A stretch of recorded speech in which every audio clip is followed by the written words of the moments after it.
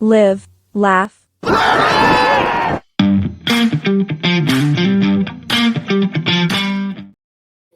Well, hey, what do you folks in fact say? I'm Jordan. I'm ChatGPT, also is my co-host, and we are with Daniel and Christian. Fellas, welcome to Live, Hey. Laugh, Laugh. It's weird. This is weird. Wow.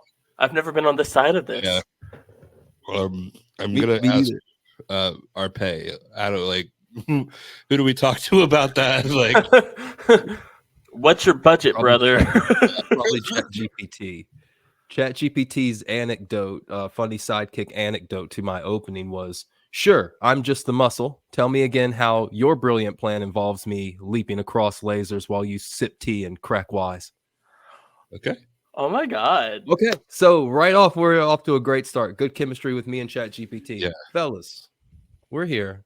We're here. You are the 69th episode. We are the 69th episode. Oh, folks have questions. I have questions. ChatGPT has questions. I'm We all ready. have questions. It's Yeah. crazy to be on this side of it because Yeah. normally we ask questions that they aren't prepared for, and I am terribly unprepared.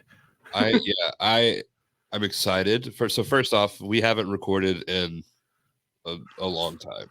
Since November. Yeah. Maybe. So I've had a baby, now a father. I'm not bragging. I'm just it's a fact. It's a whole new Daniel. The Daniel that It is left a- the it's a fact. podcast is different from the one who came back. Yeah. 0-3-0. 0-3-0, yeah, more like 4-1-0. That's a joke that is not for anybody but us. But yeah, I'm gonna hand it back over to you. But yeah, I'm glad. It's happy to be back. I'm happy to be back. I'm glad to have you guys back, and it's fun to be on this side of it. I've never been on this side literally ever. This is my Barbara Walters moment. Yeah, you kind of have. Excited. You kind of have. As a co-host, but But I got the wheel today, baby. Yeah. All gas, no brakes. Let's go. So either way, fellas, I think out of all the questions, it's appropriate to first of all say that plagiarism is very bad. We should never do it. So I'm not going to. I'm not going to ask you about your fondest memory of a cheeseburger. To be quite frank with you, I don't care. Yeah, What I care about, what was on that cheeseburger? Ooh, journalism. I love it. So I'm a basic journalism. I'm a basic little boy when it comes to food. I have the palate of a kid, so it's probably bacon and cheese. If they have like the crispy onion straws, I'll also settle for like an onion ring and some barbecue sauce. That's the perfect burger for me, though. That's the perfect burger. Wow. I will take anything you got. If it has pineapple, even better. Coleslaw, just throw it in there. I'm ridiculous when it comes to burgers. Like, I'll try anything. So Christian eats all the burgers. Daniel's like, it's a cowboy burger, which you described. Yeah, Is it It's really? called a cowboy burger. Yeah, Really? usually on a restaurant, if it's barbecue and bacon type Yeah. of situation, it's called a cowboy burger. You're Western thinking- burger, something like Western bacon cheeseburger like Carl's Jr. Yeah, yep, something Oh, that's like rad. that. That's rad. Well, then the second question would be, where did the podcast idea? Did it come at a fast food restaurant? No, It did come at a food establishment. yeah. So So where? Explain to the folks at home. Well, first of all, where were we? Where were we eating? Take us in the restaurant. we weren't eating. We were working. What? Yeah. So Christian, So what was your career path before you started this podcast?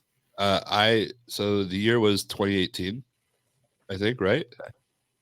Is that right? I think it's 2018. Yeah. It's 2019 going into 2020. Yes.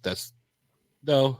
Well, maybe. Yeah, because I right after I worked there, I moved back to Louisiana. Then the pandemic happened. So yeah, it was like mid 2019. I general managed Donato's Pizza in downtown Raleigh. If you guys like it, I'm sorry, I ran that shit into the ground. They closed it. It's probably my fault. They laid everybody off on Valentine's Day. It was so funny. Wow. Yeah. Horrible. So Christian came in. I hired him. He seemed like he knew what he was doing. And then I saw that he had a Young Bucks backpack. And like with any like wrestling fan, as soon as you know that somebody else speaks that language, it's Step on. Brothers. Yeah. Yeah. Oh, yeah. Brennan and Or did we just become best friends? Yeah, exactly. Yeah. And- Did you and it- have any? Go ahead. I'm sorry. Oh no, it just was very much a deal that like the conversations we were having about wrestling like are not very different than the conversations we have on a podcast on Yeah, like it was just this like before we knew it was an idea we were kind of already doing it. yeah. You just didn't know, huh? We kind of knew. We wanted to do You a kind of knew? podcast. So like, yeah, in the Okay. initial, so I think of our relationship in two stages because there was kind of a break, like where we stopped being friends. But there was an idea of Wait, whoa. So yeah, now this has just become a VH1 behind the yeah, music. I'm gonna yeah, put a pin right in that. We're gonna go to some serious stuff later. Big J journalism yeah, coming up, yeah, folks. yeah. Stick around. So I think we had several different. I don't know what it was. So the idea was we take like the worst pay-per-views ever and we rebook them with the talent that was on the card. So I think the one that we were gonna do originally was like WCW like Bad Moon Rising or like Blood Moon or whatever. Okay. And so It we was like the Judy Bagwell on yeah, a Judy Bagwell. crane or Yeah. something. So we were gonna take that and we were gonna rebook it and try to make it good based off the talent they had. And that it got to a Google Doc. Like we got it to a Google Doc and that's it. That's as far as it ever went. Yeah, we watched probably like the first 40 minutes of it, and it was just It's really bad. bad. It was like beyond the point of not enjoyable. Yep. It was pretty bad. So the idea just kind of died there. But I mean, like half dead. It was breathing. Yeah. Would you ever consider like resurrecting it? No. I would rewatch the show, and if we could do one of the review episodes, I would do that every day of the week. Yeah, I think we have a lot of like ability to do some fun stuff here. Like I don't think it like I feel like if we just did that and put it up on YouTube, like it could be its own thing. So I would say yeah, in that regard. So okay. So did you want to start a podcast? You're at the pizza shop, you're in the process of running it into the ground, and Christian walks in and you're like, this guy has all the answers, and you see a Young Bucks backpack. Now you got an idea, you want to do a podcast, so you're like, screw this pizza place. I'm gonna run this right into the ground so I have a reason to start this new career. Do you have any experience with podcasting, or is just an idea at this point? Like you're not no manifest right now. It's up here right now. Well, we kind of have to jump ahead like a year and a half before it's even an inkling of a deal again. I will say I think Christian and I are career creatives. And I don't mean like we do it as a career, but I think we've always had like this idea of like we want to do something to create. And it's like no matter what stage we've been in life, it's been a different like incantation. Like I had like a YouTube channel in high school where I did skits, and like Christian's like written musicals and writings. Like we've always done something to try to be creative. So while this wasn't worked out, I think it was just another phase that kind of led up to it in the end. And it's a deal that I think we go to like an FWE show, and it's because I'm trying to think of the show we went to that we were like, okay, like we were just talking about the show after and saying maybe not the most wonderful things about that particular show. And then for probably about 3 months, we had the idea of doing a podcast. Like this is now what we want to do. And we had the name, and we didn't have anything to put with it. And the podcast really doesn't come until after the whole match of the day concept, which was just mainly Daniel, but I contributed a bit to it of just like, hey, cool matches, people should know about them. People maybe independent matches that people don't know. And that kind of built up its own little fan base in itself. I think we're so sort of like the pizza shop. Like mainly Daniel ran to the ground, but you kind of contributed from time to time. Christian, fun fact.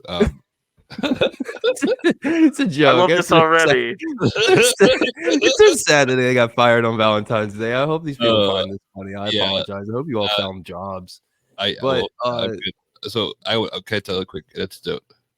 So I'll lay out like, so you said you're going to put a pin in it. I'll come back to it because I do feel like this bridges, like before we can talk about that, we have to talk about this situation and how it kind of came back from it. Well, my next question was just like, pre the lessons that were learned along the way to the pre-podcast, like before you sat down at the mic, like take me there, take me through that. Not only did I hire Christian to be a manager, I invited him to be my roommate. All within like probably 30 days of each Yeah. other. So I had recently kind of gone through a divorce. So like I was in this weird spot where like I have a 2-bedroom house in Selma, which like Selma is what it is, but like it was $750 a month for a house. Like it's pretty sweet. So I was like, hey, do you want to come live with me? We did that. Then I'll let Christian tell this side of the story because it is his story to tell, but kind of where the things kind of fractured from that point. It, it was a deal that 2019 was probably among the there was a worst year of my life, it's there. It's coming off a bad breakup. I stayed in North Carolina because I was gonna fix whatever situation that was when like my family moved back to Louisiana. And it very much was, I was a punk little shit. Like I was just in such a bad mental place, and Daniel was trying to like he was being big brother. He was trying to help every way he could because he, for whatever reason, saw something in me. But I was in a place where I was never going to take it from him, and it like almost pissed me off that he wanted to help me as much as he did. So it's a deal that like I was just a shit. I would not take help from anyone. If I was gonna self-destruct, I was gonna that like that's on me. And it's a deal that like Daniel was beyond very, very good to me, and I just wasn't in a place to take it. So I had to hit a rock bottom. I had to move home with just what I could fit in my car. And I feel bad because I left so much shit, but hopefully you made some money off on Facebook Marketplace. I started selling shit. I was like, this motherfucker. I'm still trying to refine that leather jacket. I love that jacket a lot. I sold it. Left posters on the wall, just like Left Behind. Like if you know that book series, like. And but yeah, I very much. Daniel is pouring a drink right now, just thinking about it. It was like a weird, like the last 2 weeks, like it was like I feel like the writing was on the wall, and we both were just kind of like. Christian, I think, was afraid of me. Oh yeah, I thought he was gonna jump the fuck out of me, legit. Yeah, I was like a ghost in that home. I just didn't show up. Yeah, but intimidating guy. Yeah, really intimidating presence. Like I don't think people really understand that until you stand next to Dan. I mean, I'm pretty tall too, but like, and my wife was like, he's really tall. I was like, yeah. And I was like 50 pounds lighter than I am now.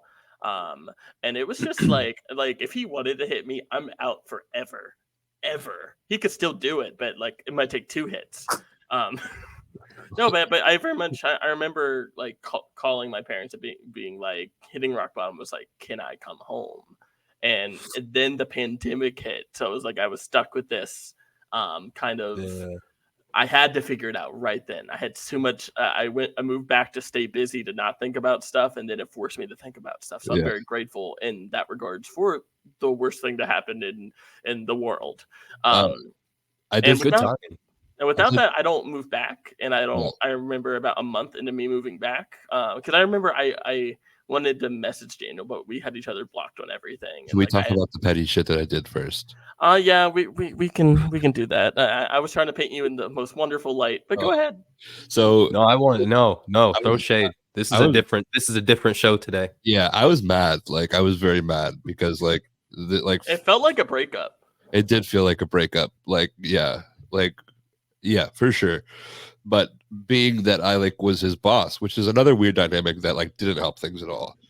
Weird power dynamic there. Weird power dynamic for sure.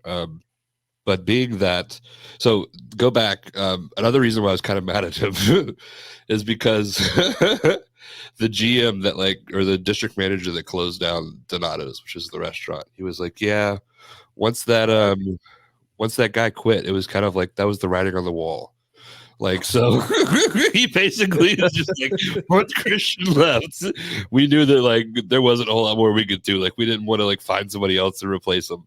So multiple levels of being pissed. So I got his W-2. I'm like, hey, dude. I don't think that's because I have that much value that wow, if even he quit. No, they just didn't want to hire somebody else. Yeah, it was. It's just too much paperwork at this point. Yeah, no, it would have gone down anyways. It probably just sped it up like a month, if we're being honest. But I was like, hey, what's your address? I need to send you your W-2. Gave me his address. I immediately threw away his W-2. I'm like, fuck that. Hear that, U.S. government? Hear that? Went to the computer, typed in the Church of Latter-day Saints, signed this motherfucker up for visits from the Mormons. And I'll let Christian continue the rest of the story. Oh yeah, it's in the middle of the pandemic. People don't knock on the doors during the pandemic, and these Mormons show up, and my mom answers, and she's like, "Christian, there are people here for you." And I'm like, "What?" And so I walk up, and it's the most lovely people, so welcoming. Oh yeah, hello, almost Elder oddly so. Yeah. They taught me a lot. They taught me about planets that you get when you die. They talk about paradise being in Utah. It was wild because after we said, "Oh, you have the wrong information," they showed up for the next month every single day like clockwork. Some days we talked to them, some days we just want to answer. We would hide like under the windows. That's a fact. That's not me embellishing a truth. That is a fact. We hid from the Mormons. And I, in the back of my brain, I thought, Daniel. But I didn't want to think it was true. And we probably didn't figure this out till I moved back maybe 3 months later. Because we ended up, like Daniel ended up sending me a text. Apologized. Like, we both apologized that night. And Daniel's like, hey, do you want to DoorDash with me? And I'm like, yeah, I'll DoorDash with you. So he picked me up in my very shady apartment. Goes back again. Oh, that apartment was like season 6 of American Horror Story, like just fucking sketchy. Like, the rent was $600 for a 300 square foot studio apartment. It was a redone motel. I left because the ceiling caved in on me. Yeah, wild stuff. Someone died next to me. Yeah, like the room next to me. Someone died. It was bad. Yeah. But this is terrible. But basically, kind of from there. Why didn't you pay him more? Well, I had no control. This was no, after I was just making it. I know. But Christian, I don't know you shit. but it very much, I think that night or maybe a week later, I'm like, hey, I'm going out on a limb here. But Mormons. ? Or maybe Daniel asked, like, hey, did Mormons come see? Yeah, I was like, there's few times in life where you get the full circleness of it. Like, usually you just like, I'm gonna sign this motherfucker for Mormons, and then you just never get the but I got the full circle. I got to be like, yes, and they came so often, and it was more than I could have ever imagined. The gift that kept on giving. But from there, we kind of and like just hanging out again, kind of decide about the podcast. Yeah, so we've talked about this before a little bit. So the podcast, we had the name before we had the podcast. We had Good Guy Bad Pants before anything really, and we just kind of sat on that, and we didn't know what we were going to do with it. Like, we were going to maybe do TikToks with it. Like, of course, we'll do a podcast eventually.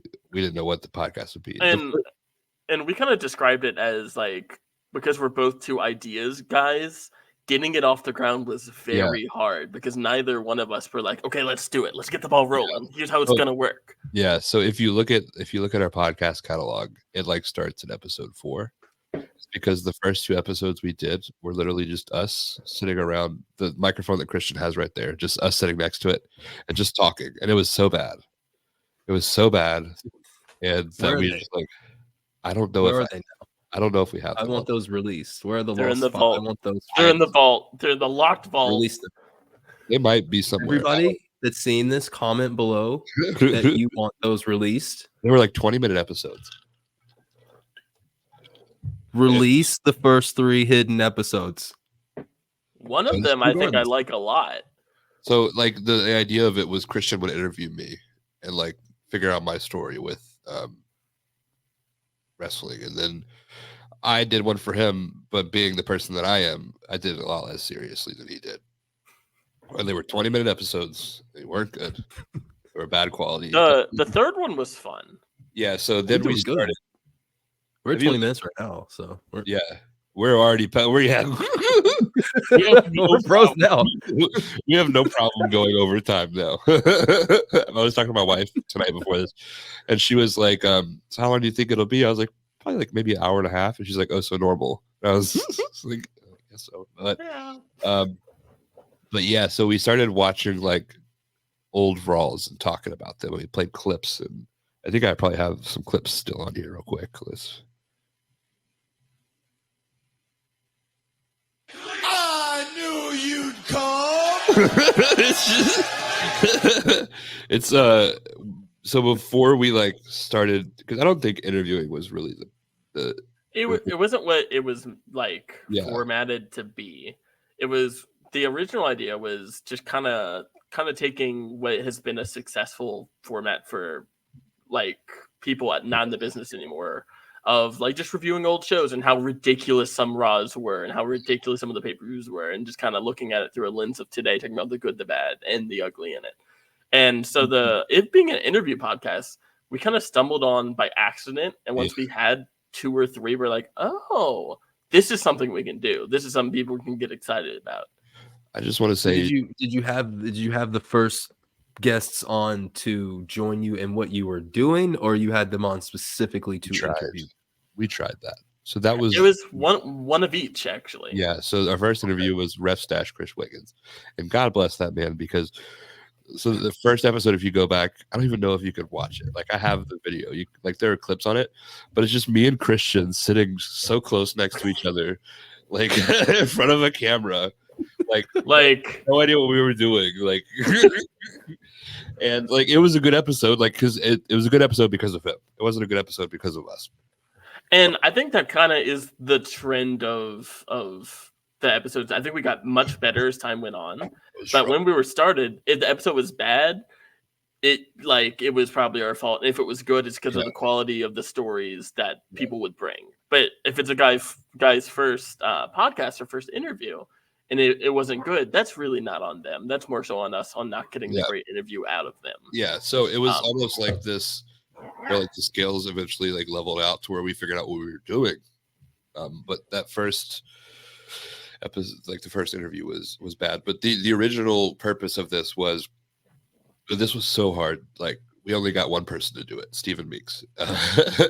We wanted to say, hey, pick a show that like you loved. Like if it's Raw, that's even better. Like if it's like something like where it's got a lot of talking and we can talk about it, let's watch that show and then let's talk about it. Yeah, and like review the show, and through the format of the review, we'll get a whole interview in there, because you'll be talking about things you enjoy and things that brought you to the point where it got you there. Yeah. Right. So then how do we get from there to you guys being okay. So the current format of this podcast as it stands, what can you remember where it was like, okay, this right here, the machine, like we started here and the machine just keeps going from here, just like that. Like we've got it. I would put that as a testament to Daniel's work ethic, and at times crazy work ethic of he puts so many in front of us with so many a variety of people. And there is moments like the Kevin Kelly interview was one of those moments, but so much in front of us, so many reps in front of us, that we by being dragged through fire, we were going to be great at this, or die, or like suffer trying to 50 Cent style. Yeah, or die trying. Yeah, if I'm understanding your question, it was at what point did we decide this is an interview podcast? Is that right? Like what point did you feel like this is like comfortable? I like this. I feel like this resonates with people. This resonates with what we're trying to do. This is the brand. So for us, like it hasn't always been the case. There's like it's been ups and downs, but this is really fun. Like as wrestling fans, this is so much fun. And I think the first episode, I would say Tim. When we had Tim on, that was an episode where like there was so much in that episode. There was fun, there was like heartfelt. Like he told the story of like going from the Gymnasty Boys to rebuilding the pandemic and all of this stuff. And there's a points where we're laughing, there's points where he's crying and all of this stuff. And that I think is a key pivotal moment. I think that's episode like 9 maybe. And then I think the one where it was like, this is fucking so much fun was the Dawson brothers. Oh my God. And the Dawson brothers interview was so fun. Like these like people that have the wealth of stories to where you're just like you don't even have to try. Like you're stumbling over shit left and right where they probably haven't thought about it for years. And you definitely never.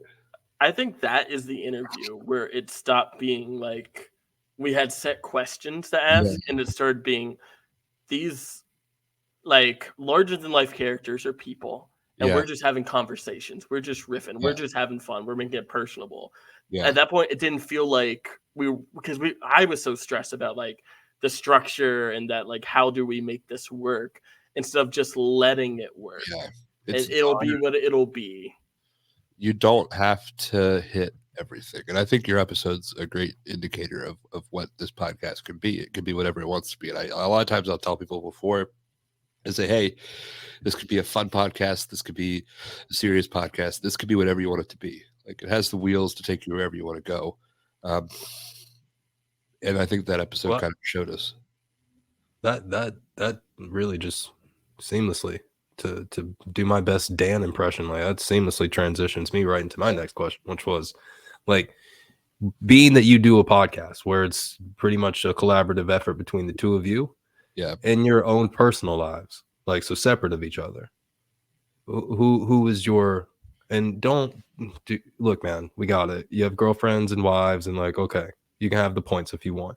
But who is someone in your life that's like one of your biggest collaborators that's outside of like, you know, Christian outside of Dan? So I think it's probably pretty well known, but like Mark James has taken us like under his wing. Like he was our 13th episode, and for no reason he didn't have to do anything for us, but he made it a point to like reach out. He's like, hey, you guys should do this. Like, hey, do you know this person? Let me introduce you to this person. And we've had multiple people like that. Like Sean Cruz early on was very helpful.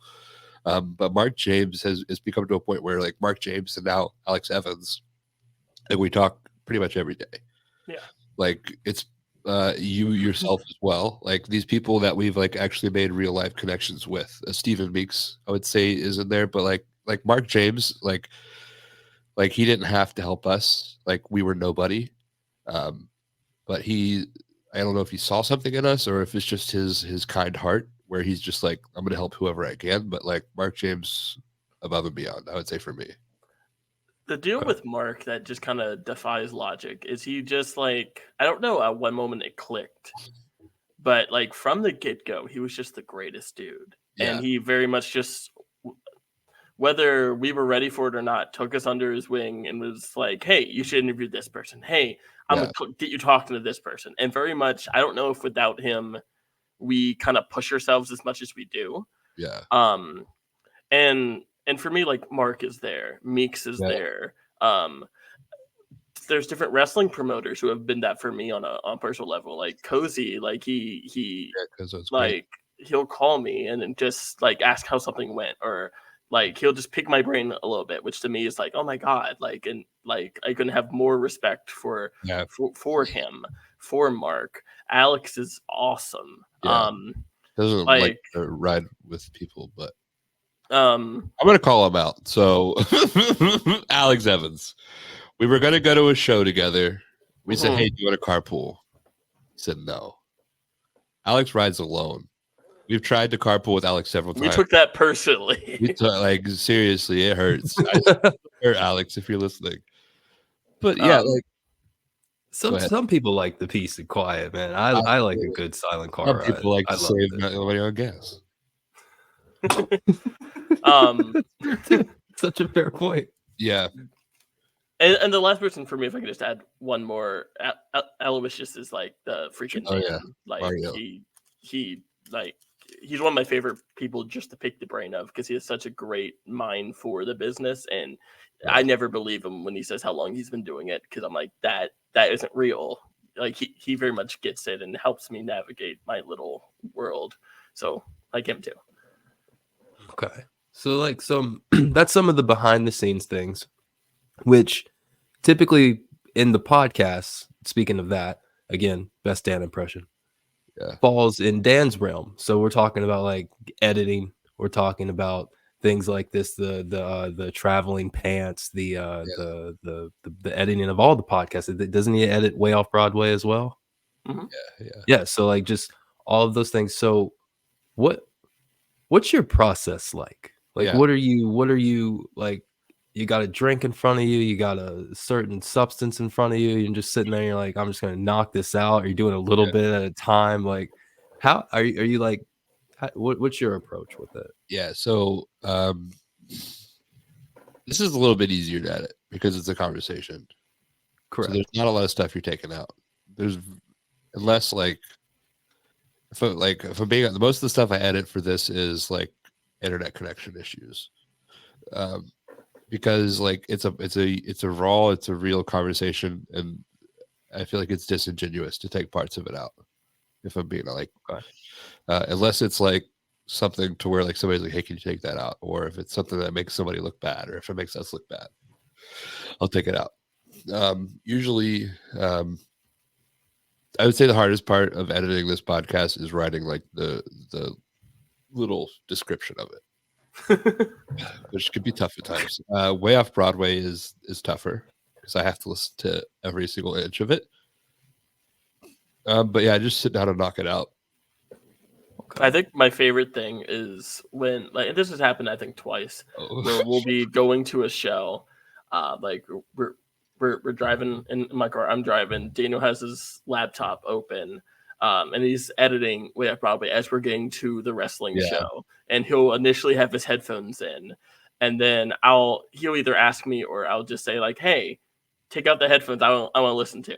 Yeah. So we'll just like listen to the same 10-second clip 15 times and then on to the next 10-second clip and so forth. Which my wife, like, I think the biggest labor of love is the content. For me, the content's always been king. I think content is how we built this, is because like it started out with I tweeted on my personal account a match of the day. I was like, I don't know, let's try something. By the fourth match of the day, I was like, there might be something here. So that's when we switch it over to Good Guy, Bad Pants. That's when we kind of create it. We do that. That evolves from just posting a link to posting clips. That evolves to creating an Instagram, a TikTok, and taking full matches and breaking them down to 2 minutes. From there, we like create like top 5 lists and like other kind of content. I think our goal was, or at least like when we started, is we're going to do this for a year. We're going to build ourselves a platform so that when it's time to make something for ourselves, we have a little bit of a base there. Once we started, we still kept kind of doing that. We'll do the match of the day. We'll do kind of clips here. But our goal was really at some point for it just to be our content, which we're at now. Maybe to the chagrin of some of our original followers. But everything on our page is stuff from our podcast. And my like kind of OCD is if we're going to do something, we're going to do it like the most professional way that we know how at that point in given time. So we've always like had subtitles on our clips. We've had accompanying videos to go with. We've like tried to make them the most professional thing. And I think that could attribute to a lot of our success because like you see somebody have that in their story, you're like, hey, I want that. So it kind of creates this buzz, and like not to brag on ourselves, but like we've taken the approach That's of literally what this entire episode is about, but okay. As best as possible. Like where we started, we went out and bought like professional equipment from the very beginning. Like 2 episodes in, those first 2 episodes, we had one mic. After that, we had a professional soundboard. We had microphones. We had all of the stuff that you need to do this seriously. So for us, it's kind of been like an inside joke. Like Brian Myers is the most professional wrestler. We kind of like to pride ourselves on being the most professional wrestling podcast because we feel like we're doing things the right way. Our goal is not to get ourselves over. That's why you rarely see our face on any of our socials. Our goal, like in this style episode, wasn't like I think it was a Mark. Was it a Mark idea or Yeah, like? it's a I had Did his you- idea. yeah, Oh, yeah, it was- that's a great idea. Like it's not an Yeah. idea we would have ever brought to the Yeah. table because No. it's not what we do. yeah. No, the like the. I mean, you guys would have thought that like I had just solved like the like just astrophysics equation dead in front of Yeah. you or something. Where I was just like, hey, maybe it should be you guys. What? Why? I don't know. Maybe people Who care. wants to hear that? I still struggle with like. There's been a few times where it's been weird, not weird, but like cool in a weird way. Like some at a DPW show. Shout out Ryan. He came up and asked to take a picture with me. Like what? Me? Yeah, at a different DPW show, Yeah. we were just in line and we were just talking. Yeah. The guy turned around and was like, "Are you good, got bad pants?" And it was It's just like, weird "Well, yes, sir, we are." because like I have such an imposter syndrome. Oh Like- my god, yeah. Oh my god, yeah. I still don't know necessarily that we belong here. Like I know that we do good work and we provide value, but like I still struggle with that. Like that's my biggest anxiety point with this is I don't want to seem like we're because wrestling is such a thing where you have to pay your dues. And a lot of people that are doing wrestling are sacrificing their bodies. They're sacrificing like time. Like we're doing, and we do a lot of work, but like compared to people that are out there like throwing their Working bodies on the mat, towns and like yeah. we're doing the bare minimum here. So it's Yeah. this thing where do we deserve this? Are we like who are we to come in here? And it's even more like when we're working shows and we're in a locker room. Like, do we belong here? So it's in this constant battle of And it's What do we like such a validating thing when a promoter, when a booker, when talent like walk up to us and thank us for what we're doing and saying what you do has so much value. Thank you for looking after my Yeah. guys. Like when like that makes it be like, oh my god, like we feel seen. We should be doing this. Yeah. Like any of that for me goes away in that moment every single time. And maybe I consistently need that moment too, because Yeah. every show it's like, okay, I hope they're into this service we're providing. Or, like, hope they Yeah. really understand what we're doing and what we're providing. Because, like, I at times I feel like we're just these like fans who like worked their way into yeah, it. we But, fucking like, found a loophole and now we're in a locker room with Juventud Guerrera. Like yeah, yeah. Yeah, I understand. yeah. So, oh man, that hit home. Yeah. So I guess Good Guy Bad Pants, which people are familiar with, it is more of a umbrella brand for Live Laugh Lariat, and also Christian's podcast, which is way off Broadway. And so I'd like that's okay That's talk both of about ours, that. for sure. Yeah. To talk about like that, which is so. Is it fair to say that the theater aspect of professional wrestling is what brought you to musicals, or that the theater aspect of musicals is what got you interested into professional wrestling? Or are they not correlated at all? For Definitely me, correlated. there is a correlation. I think if you enjoy one, you enjoy the other. Yeah. For me, Which one came first?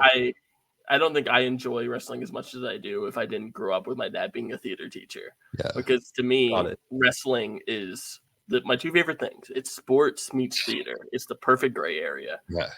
So, and you look at guys who did theater in high school who turn into pro wrestlers who are so great at like promos and stuff like you look at like Drew Hood who like in our interview did talk about that like that's kind of where he initially pulls some stuff from, like, which I just think is so cool that both can like there's some people who listen to both of our podcasts, which is very weird because I didn't think there'd be any crossover.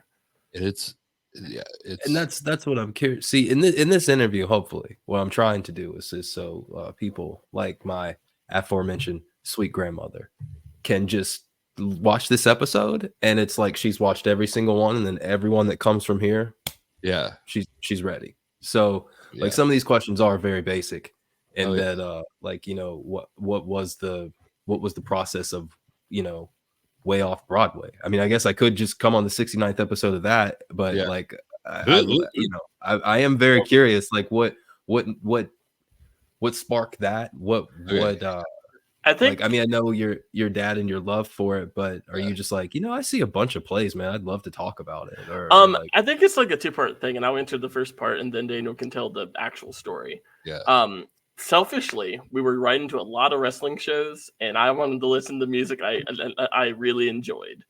So, but there was never a good way to be like, you can't just be like, hey, here's Little Shop of Horrors. Go listen to that for me. And then so we can listen to it in the car. There's no world where you could ever do that with musicals. Musicals are very hard to just force on people. What the fuck, Christian? I'm not going to listen to Little Shop of Horrors.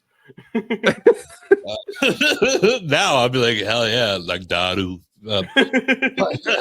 So I think without Live Laugh Lariat, there would be no Way on Broadway. Fucking duh. But like, so it was just me. Like, honestly, we got this new soundboard, and it was really cool. And it was just me, like I got it, and then it was like a week before we recorded it again, and like I wanted to like do stuff with it. So I like texted all my friends. I said, "Give me something I've never seen before. I'm gonna listen to it. I'm gonna watch it, and then I'm gonna record my reaction to it." So Christian gave me a musical to do, Big Fish. Big Fish, yeah. So I was listening to it song by song, and I realized I had no idea what the fuck was going on. Because with musicals, like the soundtrack, you hear the songs, but there's stuff between the songs, and the songs are sometimes confusing. So we kind of like both realized after listening to that, there's something here. Because for those who don't know Way Off Broadway, Christian picks a musical each week, and we listen to it, and I try to guess what the musical is and what it's about. So I'm trying to piece together the plot of the musical for the first time, because it's wild. Like some musicals, like you may not hear every word. There may be stuff in between dialogue where you're just like, that's why we call it Way Off Broadway, because a lot of times I'm way off. But yeah, that was the origin. Yeah, that was a question I was also curious about. So thank you. Welcome. Well, it's that double entendre thing of like off Broadway is something in the theater world where there's shows that are on Broadway, which literally means running on the street, and then off of Broadway, that's not quite good enough to make it on. It wants to be on Broadway, but it's not quite there. So off Broadway is a phrase. So it's that double meaning deal. But it's a lot of fun. Like I think both podcasts kind of it's show like sides of us that are the complete person. So Live Laugh Lariat is more for the guests. Yeah. Way Off Broadway is us just having fun and fucking around.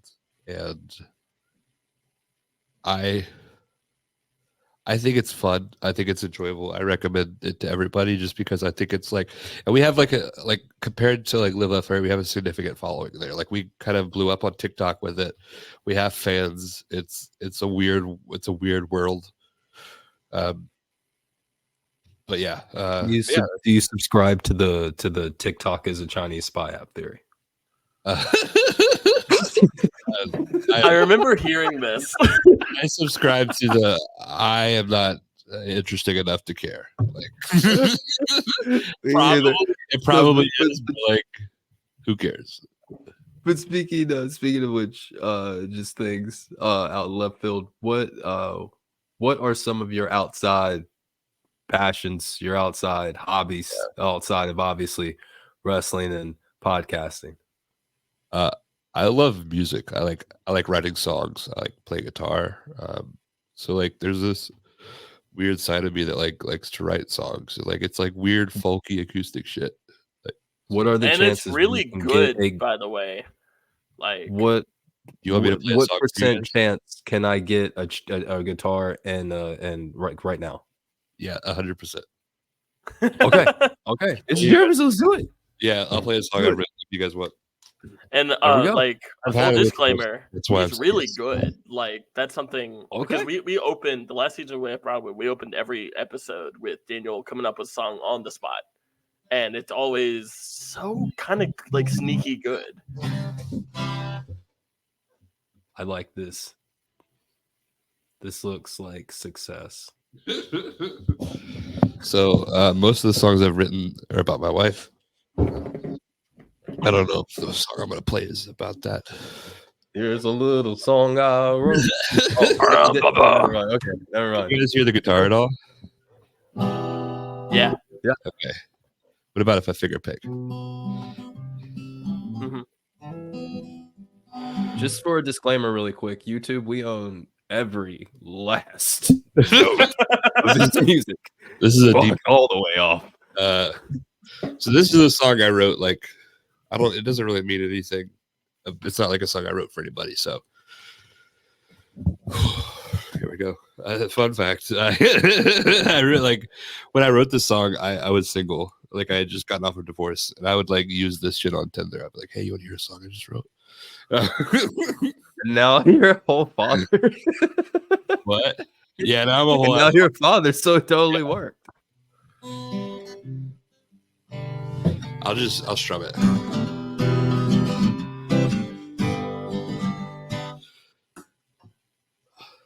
Gotta tune that guitar. Oh, I just put a capo on it. Oh, okay. Okay.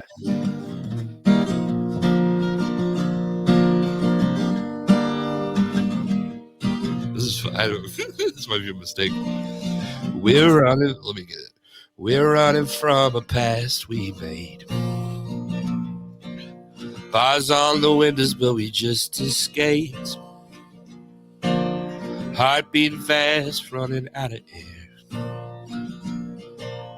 Two lost souls without a worry or a care. You told your daddy you'd be back by fall. You just had to answer summer's call. Now here we are, two kids on the run.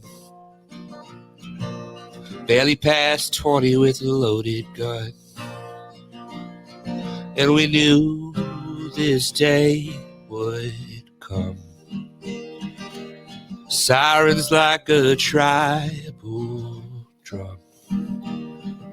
I asked her, are you afraid? She said, nah, man, we've got it made.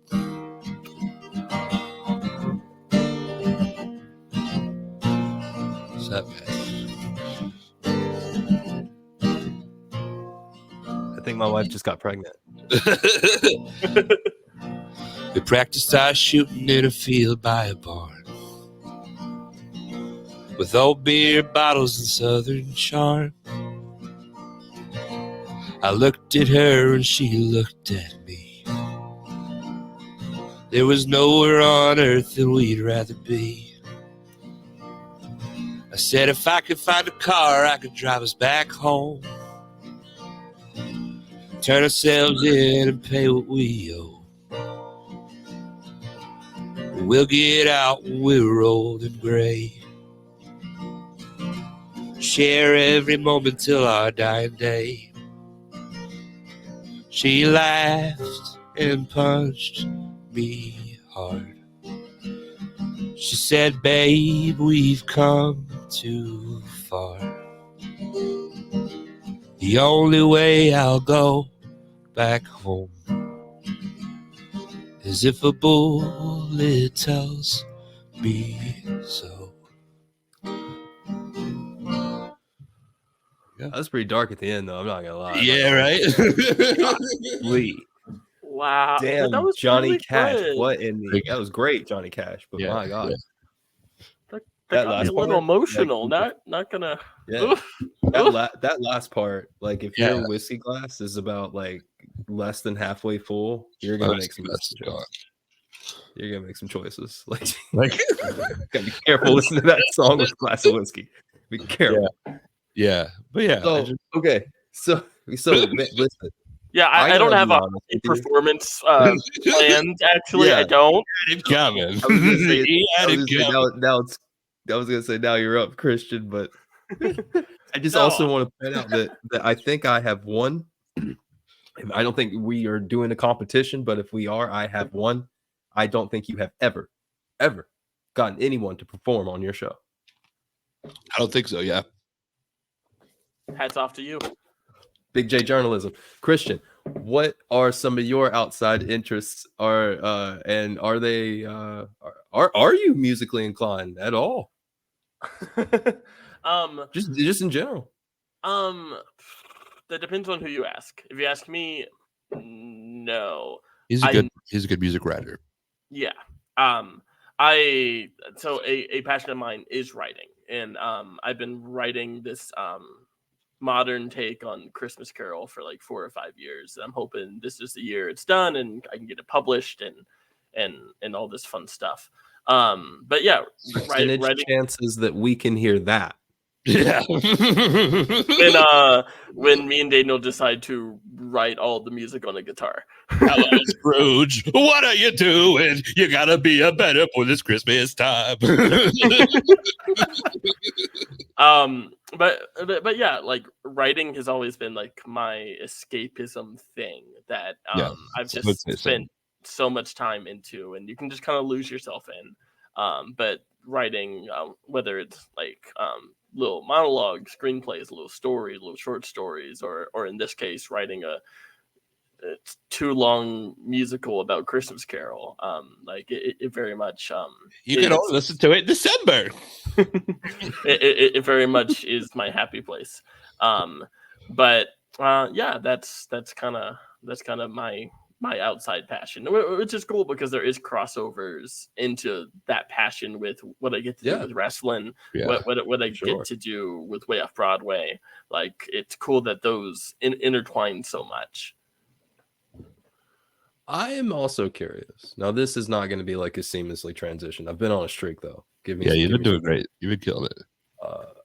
But in a way, I guess it kind of is because that's what this is. But what are some of your favorite podcasts that you guys listen to? Okay, I'll take huge bonus points if you make me feel less like an old man and say NPR. Oh my God, NPR! I'd say, just say it. Christian, if you want to go first, I'm a podcast spot. Like I love podcasts. Christian. I am not great about listening to a lot, but there's a few I love, but I don't listen to a lot. My brother and me is great. Adventure is great. Dungeons and Daddies. These are 2 D&D podcasts. They're great.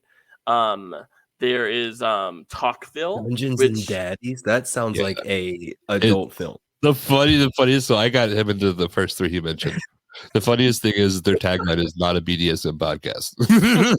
So the premise of Dungeons and Daddies is it's 4 dads on their way to soccer practice, and they get transported into another world, like a Dungeons and Dragon world, and they have to like do all this shit to get their sons back. It's really fun. But yeah, it's fun. And the 4th one is Talkville, which is the 2 like big stars from Smallville from the early 2000s. If you watch that, the guy who played Clark and the guy who played Lex kind of do this episode by episode, like rewatching, talking about what was happening on set, talking the stories of the episode. Did it work? Did it not? And it's cool because it's a show I grew up with, and it's kind of cool to get like a deeper perspective on it because there's really been nothing written or filmed about the production piece of it, and that's the kind of stuff I really like. But how about you, Daniel? Okay, so I fucking love podcasts. So there's like 2 categories I like. I like comedy podcasts and I like true crime podcasts. I usually tend to like true crime podcasts that like follow the more comedy thing. So true crime, my favorite I think is Last Podcast on the Left. That's a great one if you like true crime. They just covered one about the rugby team that crashed in the Andes in the 70s and how they had to like eat the dead people to survive like for 73 days in like the mountains. It's a wild listen, but very fun. There's one called Time Suck with Dan Cummins that I like. Comedy podcast, all fantasy. I'm sorry, I can't figure out that last answer or that last lyric was more depressing. It's a fun story. It's close. It's a fun listen, I promise. It's a good time. There's one which I think this might be like all time like premise. Like people always say like Way Off Broadway is a cool premise, but like this one for me, it's called All Fantasy Everything. In each episode, they do like a fantasy football draft of like random topics. So like the one I just listened to is like the suburbs. So like each person like drafts something that like it's just really fun. It's got comedians that do it. My brother and me is one of my favorites. Adventure Zone, Dungeons and Daddies. Like I love podcasts. But yeah. Yeah, there you go. There's your answer. Excellent. Would you guys like to take some questions from people? Yeah, And also ChatGPT has a question if you are interested. Oh, Yeah. I'm ready. Yeah. Let's do ChatGPT.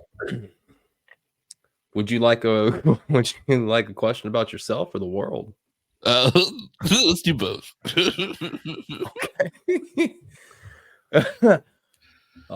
What brings you true joy beyond fleeting pleasure? I'm just gonna. This is a slam dunk for me. I just had a baby, so I'm gonna say my son. Wow, that's so nice. Sorry, Christian, you don't have an answer. No, it's gonna sound like a dumb answer, but I genuinely mean this. The friends you made, titties. the friends you made along the way, but very much the people in my world are like the most important thing. My mom and my dad. No, but like my girlfriend means an incredible lot to me. Like all my friends mean a lot to me because as an adult, you kind of get that thing where you very much choose who is in your world, and I am just so grateful. Like, and I'm very grateful for Daniel because the people who have seen me kind of at my worst and can still kind of invest time in me and choose to be with around me, like that to me is what just makes life just a bit better. Thank you. I feel really bad for the questions that I'm gonna. May I ask Christian a question? Yeah. Okay. I'll allow it. Like Judge Mills Lane. All out. So you have to choose to save one, your sister or other. I'm just kidding. Roberto, next question. I mean, Jordan, next question. So it's ChatGPT. It had the same question. Sorry. Which is so glad you guys picked that one because it's so innocuous and pleasant. Yeah. Because if it followed this question, you would be like, "What the fuck?" Yeah. So it also asks you, can we ever achieve true world peace, or is conflict an inherent part of the human experience? I think conflict is an inherent part of the we can never obtain world peace the same reason that communism has never been shown to work. People are inherently awful. Yeah, people are bad. Typed in, do you have a question for any of these people? That was so I think we do have some. I think ChatGPT respects us a lot. Yeah. I mean, there's more questions here. These just seem like the closest to pertinent whatsoever. I mean, what would your ideal future look like in 50 years? 50 years. 50. You mean I'm saying, man, like bedridden? Yeah, shitting on myself. I just hope I can remember my family, dude. But one of these is actually pretty cool. I can paraphrase it. At the end of all of it, right? Like, what legacy do you hope your podcast could possibly leave behind? Like, not a legacy like, oh my god, it's the greatest thing ever. I mean, it could be, honestly. I don't know why it couldn't be, but what, like, realistically in this moment, do you just think like, man, you know what? If we did this or that, I'm good. For me, is I want to be a platform that benefits the people that come on it. I want people to come on and come away with like a booking or more followers, or I want it to be something that because without the workers there would be no podcast, and I want to just not be something that's taking their time. I want to be able to give back to them, paying it forward.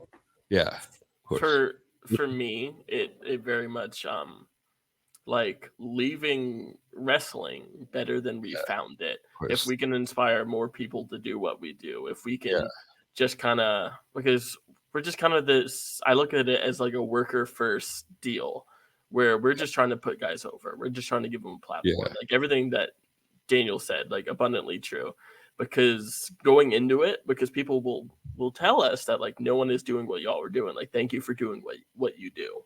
And it very much is that I want the legacy to be, we just kind of made things better than when we started. If we can help that just a little, I mean, it can snowball from there. Of course, yeah.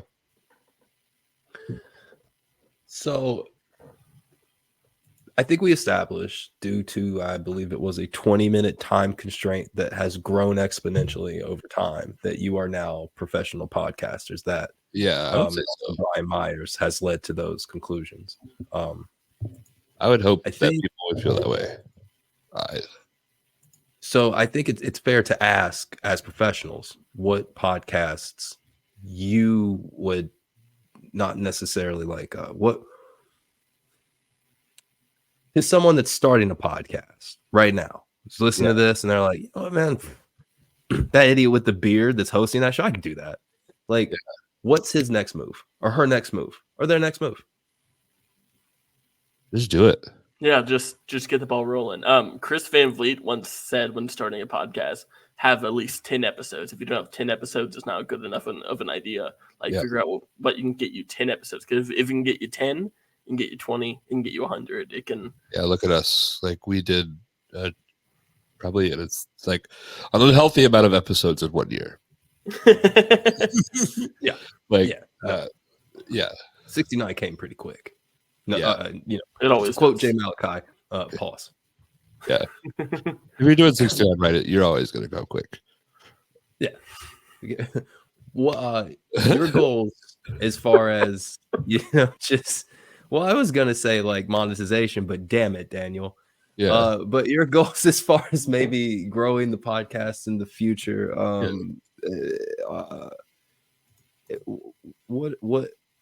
what are some ways that you guys think you would maybe be interested in making this somehow more than what it is? We've talked about doing a podcast network and like helping other people make podcasts, like branching out, doing different content, because like we can only do so much. But like just being there to help other people that might be interested in doing this. I would say like goals for this podcast is I want this podcast to be something that any wrestler that is looking for a way to promote themselves better would want to be on. So like I want people to say this is like, and not to like toot our own horn, but like a lot of times we'll get off and people will say like, hey, this has been more fun than I thought, or these aren't always as fun as like we had here. And that's kind of the goal, is like to be a place where people want to be a place where people want to listen to. And there's kind of that thing in the world of wrestling we live in where you can't get the big, larger than life character anymore. Yeah. Like it's just not realistic in how wrestling is right now. But what is realistic is relating to these guys as real people, because the curtain's been pulled back. Everyone knows how it works. Yeah. So at that point, you got to make them cheer for the person. And to do that, you got to give them a platform to just be them, to see like, oh, wow, I also like brown sugar Pop Tarts, like stupid stuff like that. Yeah. But like it's stuff like that makes people relatable. Yeah. And that's really is the thing. Give them a platform to be likable, and a lot of these guys, there isn't a lot of platforms to do that. Yeah, like so I feel like, and some podcasts are there to get themselves over, and I don't feel like that's the way to get to be successful at all. Nobody like people like us because of the style of questions and the kind of conversations that go, but people inherently are not here for us. We know that because we tried to do it with just us and nobody listened. Like, yeah, they're here for the conversations that we're having. If you're trying to get yourself over, that's only going to put, like, if you're going over, somebody's going under. So that's the way I put it. So yeah. I think most of the great podcasts are like that. I mean, I remember like being really young, and Joe Rogan was just like this dude that smoked weed and did DMT, and then like now he was like an enemy of the state last year. So it's pretty wild. Yeah, like so crazy for me. But sorry, Colt Cabana, like his podcast that he did, like outside of that, like Mark Maron, like I don't know if you ever listened to Mark Maron. He does a podcast called WTF. Like he's had everybody on. Like he had Barack Obama on. Like just like a place where people like. Where the conversations, like people, a place where people are excited to come on is what is my goal. Okay. Yeah. Now, do you guys, when it comes to the interview, so let's say we're gonna take some, I'm gonna peel back the curtain. I know how it works, but again, my sweet grandma So Yeah. we're gonna peel behind the curtain. So you have a guest coming up. Yeah. What's the preparation? Is there preparation? Are you winging it? Are you There's a certain extent of winging it. Like a lot of the people we have on, we're familiar with and we're fans of, and I think that helps a lot. Mhm. So it's really what I think has benefited us is that we're fans and we want we're having a conversation more so than we're recording a podcast. Like we're asking questions that we generally want to know the answer to. And it's that thing that we probably speak for a fan base in the questions we're asking. And more often than not, and I probably say this after like any fun podcast is I will say to Daniel after like I forgot we were recording. This is something I would just listen to. Yeah, there was we had Kevin Pierce on. Love Kevin Pierce. Cancer free, which is fucking awesome. Shout out KP. There was 10 minutes where I was just like, okay, but what about this? And I was just asking him every question I've ever had about a referee. I was just like, okay, now what about this? Now what about this? And I feel like that I feel like that's pretty common in podcasting, but I feel like that's our approach is what do we want to know? Because we're wrestling fans and a lot of times what we want to know is what other people want to know. Which and when we had the Kevin Kelly episode and he going into it says just don't ask me the Pillman story. Yeah.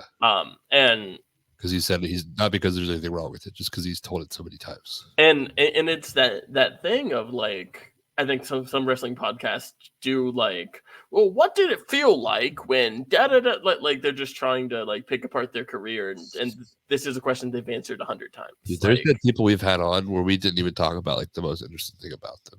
Sometimes it deviates so far from wrestling that you have to somehow bring it back into wrestling because it's a wrestling podcast. But a lot of times that's Christian prying me back from the realms of just absurdity. But yeah, but it's kind of the thing when someone's talking questions. about. Yeah, I'm sorry to interrupt you. It's just when we talk about people's passions, they get talking, which is amazing. No, I was just saying I was making a joke. I mean, they are, but it's not a joke. They are important questions. I'm interested in what people's. I have used so many other people's combination at Cookout since watching this show. Oh, dude, game changer. God. Yeah. Fucking quesadilla, extra chicken, add bacon. That was a game changer for me. The Cajun fries, though, it was always the Cajun fries, but so we this has been pleasant, and I enjoy it, but now we're gonna get serious. Yeah. So I want to know a time that was not so sunny, but maybe made it strong, made you to tested you. Yeah. A time that tested you, made you strong. Maybe it was the time that you referred to where you were living together. I honestly cannot imagine a more stressful situation than living with someone. But that, my goodness. Sorry if you guys are hearing that. Oh yeah, it's fine. Let me just laugh over it real quick. Sorry. I think I'll just pay with broad strokes here. There has been things that test us here because Christian and I are very different. We both have different goals. We both have different visions. And I'll be the first to say, I even told you this today, Jordan. I'm very mama bear when it comes to live up Lariat.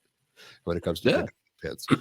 I have a very distinct vision and a very distinct set of quality that I want it to be. And sometimes that causes us to butt heads because it's tough, but I think what we've learned to do is to communicate better before things kind of become an issue. Because I feel and this is a relationship in general, but I think communication is key because a lot of times things will bubble up.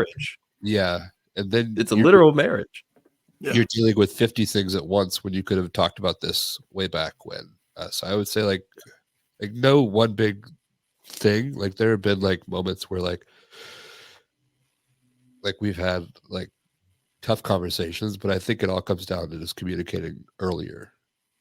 Yeah, just an ongoing communications because there have been things that have popped up, whether it's scheduling issues or just at times sacrificing pieces of the friendship for the product. That's been tough. Which has been probably the hardest part, is finding the balance between we're working, not hanging out, and still finding time just to be friends. Nothing to do with the podcast. No, and there's been moments from like because what we do in wrestling is a little bit different. And at times, like, a decision has to be made that like might directly affect our brand. And it's like if like a talent in regards to UPW, like a decision has to be made, and then they're looking at Good Guy Bad Pants as producers, like, what the hell? And it's not our decision. Yeah. And at times that's been a struggle because things affect our brand with that shouldn't even touch the brand. Which is kind of this really unfortunate thing. But like altogether, all those things are very much just it's a learning curve. Yeah. Like, and communication, I think, is the strongest point. It all comes down to communicating, because we can talk things out like when they're like really small, but when they become really big, it's so fucking tough. Then you bring other people in to talk through, and you're like calling Mark James and like, Mark, I don't understand this, and then Mark is your mediator and all this stuff. When if you just like told, like, if we just like are upfront with things, which is how we try to be now. Yeah, it's taken us a bit to figure that out, but I think in that context, the podcast has made our relationship so much stronger because it's kind of forced us to be very transparent. Like, I think as friends, sometimes you can just kind of let a lot of things go and just be like, it's fine. I'll let it go. We'll hang out again. It'll be fine. But when you're creating together, at times it's very hard to find that balance. But I think ultimately it's made us like much better friends, like a more, almost like a more intimate friendship than like I would have with someone else, because sometimes we kiss. At least sometimes. It's only gay if you're looking at him in the eye. Yeah. Whatever. But either way, okay. So then, so my question would be this, because I do want to lighten it up a tad. Yeah, we've also had some past guest questions that are going to lighten things up for us as well. So for sure, but but I'm also very interested in not stealing your stuff. Yeah, while also keeping it dangerously close. Steal it, dude. I like to do value brand. Wrestling is stealing, dude. Wrestling is Wish brand Daniel. Yeah. So you have $20. Yeah. Oh yeah. What are you getting at Five Guys? You son of a bitch. Like one thing. What are you talking about? Like a cheeseburger and some fries, you dumb fuck. Like, what the fuck kind of question is that? I'm gonna get it. Okay, no, in all honesty, you walk into well, first of all, you guys fans of Chinese food? Yeah. I'm pretty picky. I would just get sweet and sour chicken without the sauce. It's basically chicken. So I'm assuming you're not an adventurous eater at all. No. Yeah, I'm a little bit. You still retain the child taste buds, is what you're saying. Yeah. That's me. Yep. I'm a little bit more. Have you ever eaten sushi? No, I'm never gonna eat sushi. I'll fucking die. This is a fun game. So can these just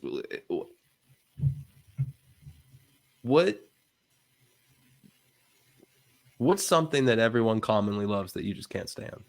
Have like mayo, tomatoes. I mean, I hate mayonnaise. That's not.